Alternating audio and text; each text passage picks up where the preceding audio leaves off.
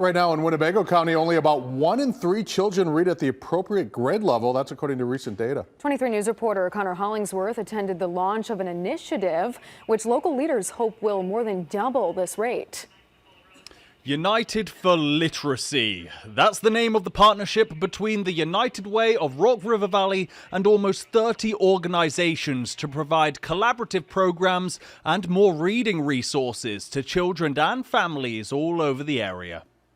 Reading together and talking about what you read helps children increase their vocabulary and background knowledge. Drive home the importance of reading in our homes, right? And providing the books and providing the resources. We need a concerted effort from all agencies to provide positive outcomes and raise our current literacy rates in Winnebago County.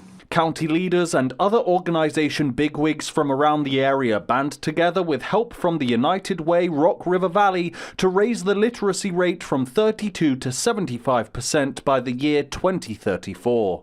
We want to create effective, efficient programs. We want to get our metrics right. We want to know that we're moving the needle. United Way President and CEO Julie Bosma says her nonprofit provides spark points for each partnering organization, detailing what they could do with their funding. We need young kids reading. We need them being read to. We need creative things with libraries, community centers, churches. We need outreach. We need training for volunteers. From there, the partners put their literacy plans into action. Crusader Clinic set up a book vending machine, and Patriots Gateway Community Center provided reading resources for families. Every single kid that came to our camp over the summer got to go home with a bag of books. Various organizations with one goal in mind: reading. It's not just a Rockford thing, right?